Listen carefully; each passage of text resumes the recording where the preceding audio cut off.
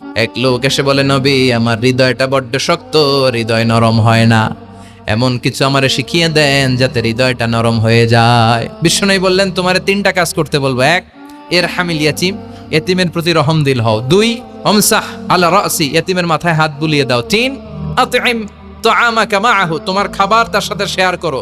ইয়ালিনু কলবুক, তোমার হৃদয়টা নরম হয়ে যাবে। অনেকে আছে দোয়া করলে চোখ দিয়ে পানি বের হয় না, আসরে নাই। কঠিন হৃদয়, হৃদয় নরম হয় না। এতিমের মাথায় হাত বুলিয়ে দিবেন, আপনার হৃদয়টারে নরম করে দিবে কে? যাদের ঘরে শান্তি নাই, জ্বালা যন্ত্রণা, একটু এতিমখানায় যাবেন, কিছু দান সৎকা করবেন। ওরা খেতে পায় না, ওদেরকে খাবার দিয়ে আসবেন, একটা গরু দিয়ে আসবেন, একটা খাসি দিয়ে আসবেন, ওরা খাবে, আপনার জন্য দোয়া করবে। আর মাথায় একটু হাত বুলিয়ে দিয়েন। বিশ্বনবীর আল্লাহ বললেন, নবী এতিমকে তুচ্ছ জ্ঞান করবেন না, আপনি নিজেও এতিম ছিলেন। ছোটবেলা বিকেলে খেলতে খেলতে সবার বাবা এসে ছেলেদেরকে নিয়ে যেত, আপনারা নেয়ার মতো কেউ ছিল না। আপনি নিজে এতিম ছিলেন, আপনি ওদের দুঃখ বুঝবেন, এজন্য খবরদার। বিশ্বনবীর আল্লাহ ধমক দিয়ে বলে, ফালা তাকহার, এতিমদের প্রতি কঠোর হবেন না, এতিমের সাথে রূঢ় আচরণ করা কবিরা গুনাহ। আপনি কি দেখেন নাই ওরা দিনকে অস্বীকার করে আর ওরা এতিমকে ঘাড় ধাক্কা দিয়ে বের করে দেয়। এজন্য এতিমের সম্পদ অন্যায়ভাবে আত্মসাৎ করা যাবে